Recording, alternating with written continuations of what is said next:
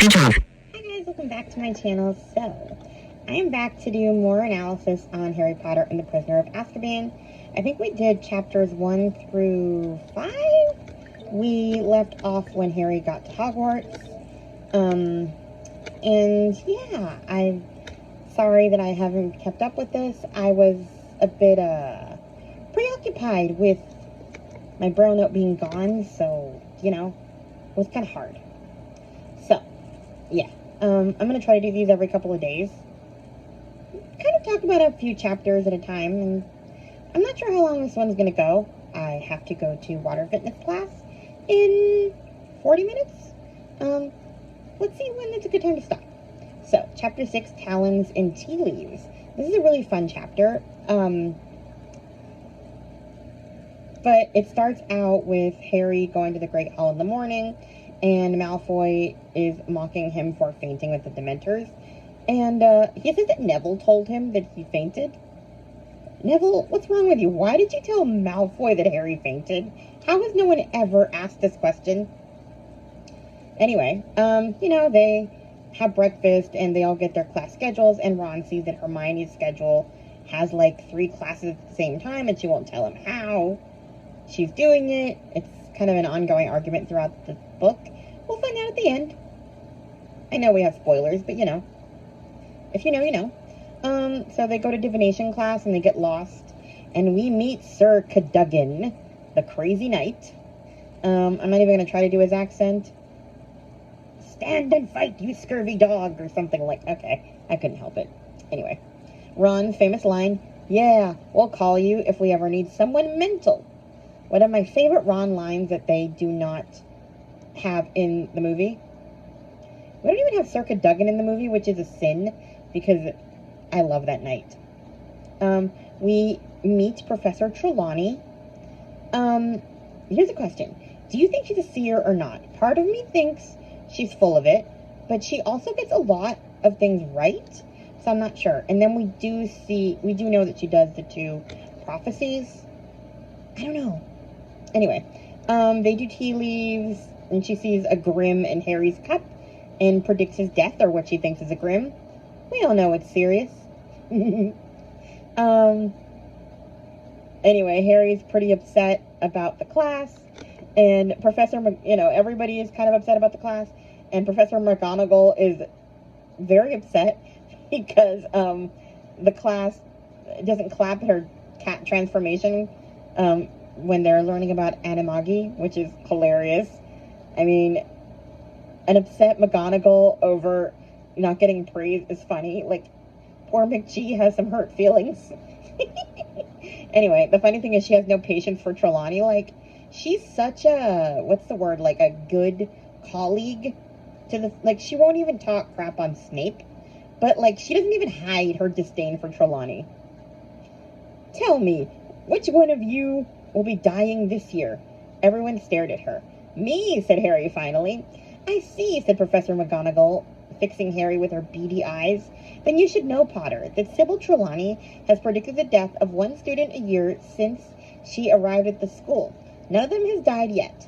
Seeing death omens is her favorite way of greeting a new class. If it were not for the fact that I never speak ill of my colleagues... Yeah, sure, McGee, sure.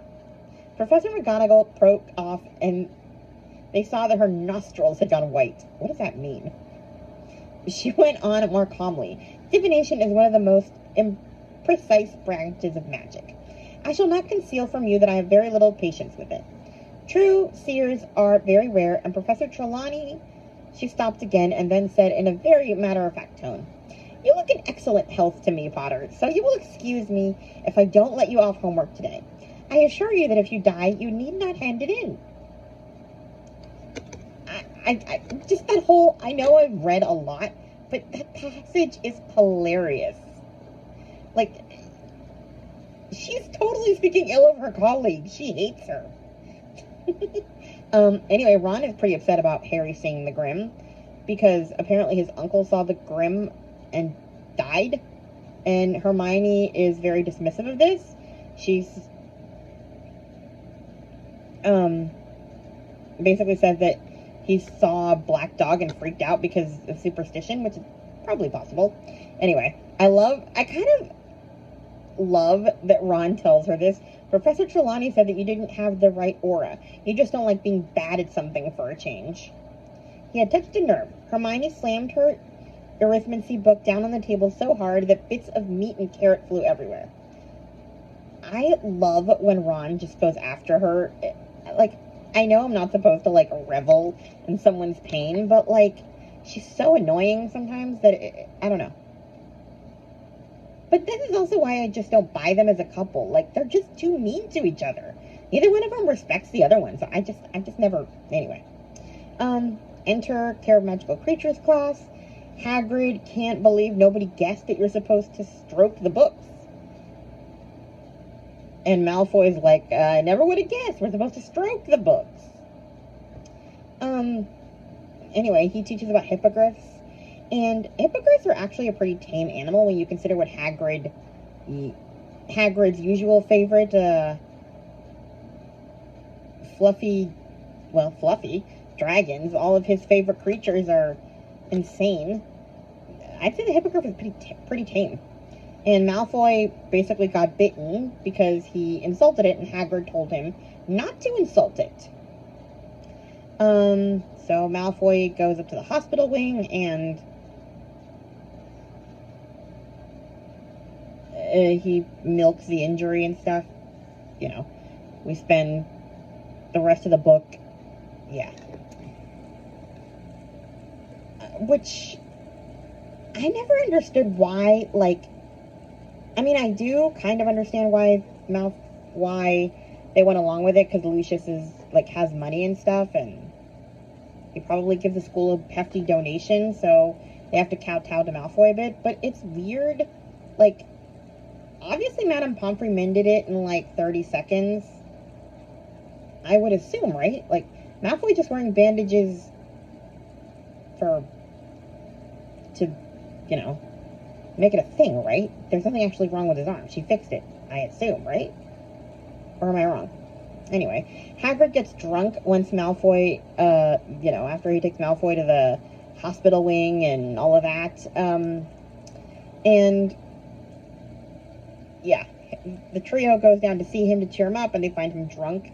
And, again, everybody loves Hagrid, but Hagrid is, he's the most irresponsible of, all the adults. And people, talk about how bad Sirius is. You just wait. Anyway. But, yeah, he's just very, I don't know.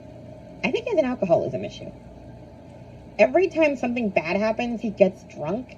And then he's drunk in front of the kids. Although, to be fair, he was getting drunk in his own house, so I guess it's kind of their fault for going there. But still, you're on school premises. Can you not? Anyway. Yeah. It's going to be a whole huge case with the hippogriff. Lucius wants it executed. It's a whole thing. There's going to be a trial, and it's a whole storyline. Let's go on to Chapter 7. The Boggart in the Wardrobe. Malfoy comes back to class, and he's milking the injury. He's full of bandages. Again, are the bandages covering nothing? Does Madame Pomfrey just, have to grit her teeth and, bandage him? With no injury? She must be in a raging mood after having to listen to him whine over literally nothing on his arm. Or am I wrong and there's an actual scar? I need to know if he's wearing bandages just to wear bandages, or if he's actually still injured. The assumption is he's not, right? Anyway. They're in potions class, and he makes Harry and Ron do all the work. And Ron, is throwing a tantrum and, chops up Malfoy's roots incorrectly, and so Snape makes him give him his perfectly chopped roots. And here's the question. Should Snape have made Ron give him the roots? I actually think that Snape was right to make Ron do it, even though it wasn't fair. Malfoy sucks, and he's, faking his injury, but this is a kind of a case where, like a legal case, I guess.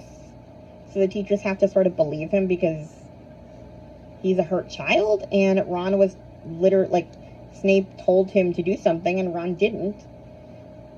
So, yeah, I mean, Snape can't exactly, I don't think he's allowed to act like Malfoy's not injured. I don't know. Now, once we get to the poisoning of the toad, you lose me, because that's cruel. He was literally willing to kill a child's pet to punish him, and that's, like, psychotic. Like, and then when Hermione has him fix it, he gets in trouble because he gets it right. Like, he was literally going to kill that toad. And it's funny because I already finished book 4, but, you know, I had my notes for books 3 and 4 for videos. And in the next book, Snape is threatening to poison us, to use this, like, they're making poisons, and he said he's going to test one on a student or something. And I don't know if he would do that, but I mean, he was literally going to kill that animal, that toad. Fully prepared to kill it. That's insane. Anyway, Malfoy is goading Harry into going after Black. Like, you know, he's telling him he would want revenge, but Harry doesn't understand why he would, you know, he wants revenge, he would want revenge over Black. And then Snape interrupts the conversation, and it made me wonder, like, was he listening and he didn't want Harry to know? Like, is he trying to protect him from that knowledge? Since we know how it ends with him. But wouldn't he want Harry to know? Only because it takes Lily's death off his own conscience? Like, wouldn't it be like, wouldn't he want to encourage Harry to believe that it was all serious? Or is self-hatred so much for, I don't know, just a thought I had. Anyway, next class is Lupin's class. Lupin has him go to the staff room, and Snape's there to criticize Neville.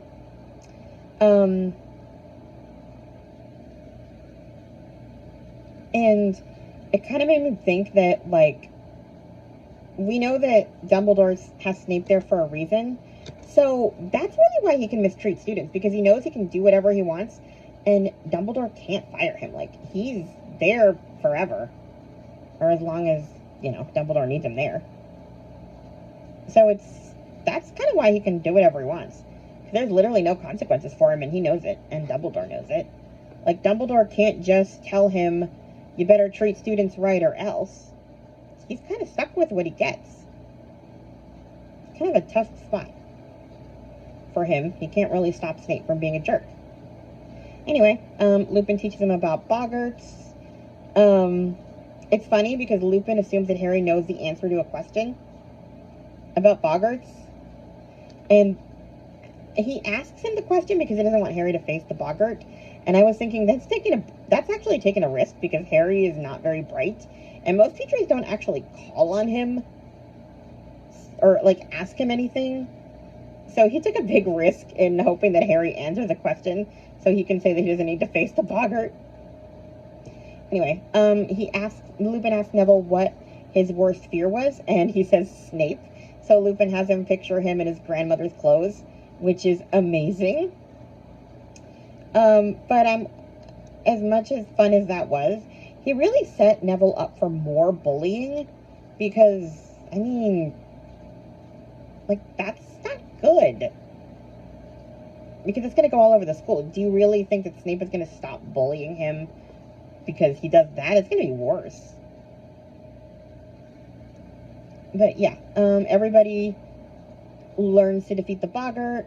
They all see what they're afraid of and say ridiculous. The only two that don't do it are Harry and Hermione. And, you know, Harry, it's because he thinks Voldemort's going to come out, and he doesn't want that in his classroom. And Hermione, who knows? Although we do find out later what she's afraid of, but, like, did he just pick on her to not do it so that Harry's not the only one? Why pick her? Did he assume that her fear was going to be something like a paper with a mistake on it and everybody would laugh at her? Like, he could have picked anyone else at random not to have fight it. It was interesting he picked Hermione. Anyway, chapter 8, Fight of the Fat Lady. Okay, so we start off the chapter with Lavender crying because her pet bunny gets killed by a fox. And she's convinced that Trelawney's prediction was correct because she's the thing that she's dreading is going to happen on October 16th. And Hermione is like instantly trying to logic her out of it. And I'm thinking, Hermione, it's not the time. We're literally like in grieving mode right now. The girl needs to cry, not logic her way out of stuff, okay? Chill. Anyway, she would be the worst person ever to discuss religion with. I am convinced that Hermione is an atheist. Hermione could never believe in God, like ever. And she'd be one of those people who'd be trying to convince you why God is not real. Like, she'd be like a total hardcore atheist. You cannot convince me otherwise. But it also made me wonder, like, how do you even have pets if you go to Hogwarts? I mean, like, she didn't bring her bunny with her. So how is that her bunny? It's her bunny 2 months out of the year when she's home for the summer? Unless you bring it to school, you never even see your pet. So why? I mean, I understand why you're upset because it's a baby bunny, but, like, are you that attached? You barely see the bunny. Again, it's a baby, so I do see, like, the sadness of it. That's horrible, that way it died. But, like, how attached can you get to pets that you can't, like, you can't bring a dog to Hogwarts. So if you have a dog, you're never going to see it. Like, just the dynamics of having a pet or whatever, like, once you hit 11.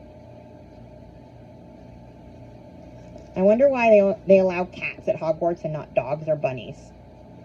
Anyway, Hogsmeade weekend comes around, and everyone, you know, Harry tries to convince McGonagall to sign his form. She won't.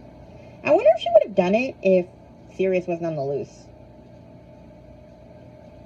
And Harry actually regrets asking her to because now he can't forge, like, a signature. The twins offered to forge a signature for him. So they leave Harry behind, and Harry is wandering around, and he runs into Lupin, who asks him for a cup of tea in his office, and then they discuss the Dementor.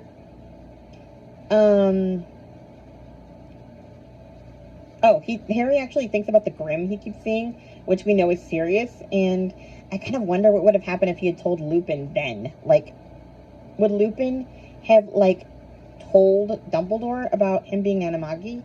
He was, like, avoiding telling him because he was ashamed of their secret. But, like, if Harry had, like, actually seen him on the grounds, he'd know. Like, would he have said something?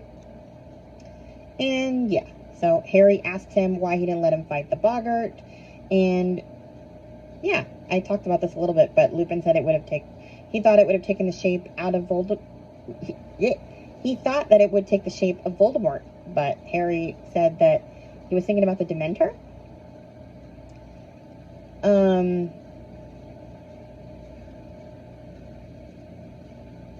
And I was thinking when I read that it just goes to show that Harry would have been fine hearing about the prophecy when he was younger, because, like, he's not even afraid, like, Voldemort isn't even, like, a thing for him in his daily life. He always knew that Voldemort was, like, after him, and it wasn't the scariest thing because it was just what it was. They made the prophecy bigger than it was. So what Harry fears is being afraid, like fear itself.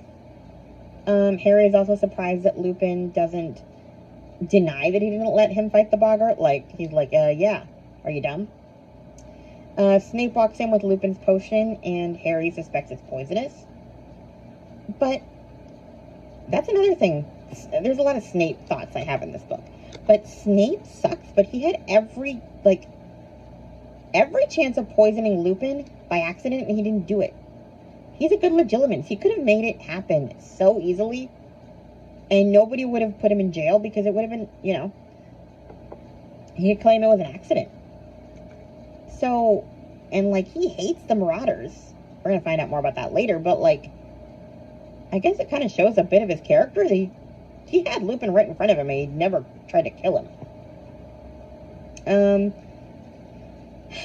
They have the Halloween feast, and then everyone goes back to the common room, and they find that the fat lady painting is ripped, and Peeves loves breaking the bad news. Oh, yes, Professor Head!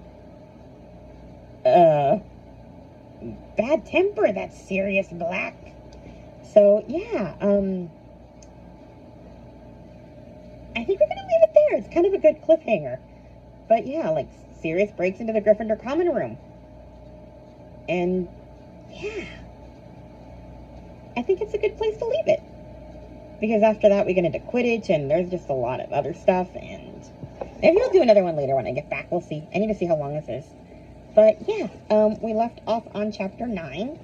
Okay, so I did 3 chapters this time. Last time I did 5. So, yeah, hope you're enjoying these. Please like, comment, and subscribe, and I'll talk to you guys in my next video. Bye! Stop recording video.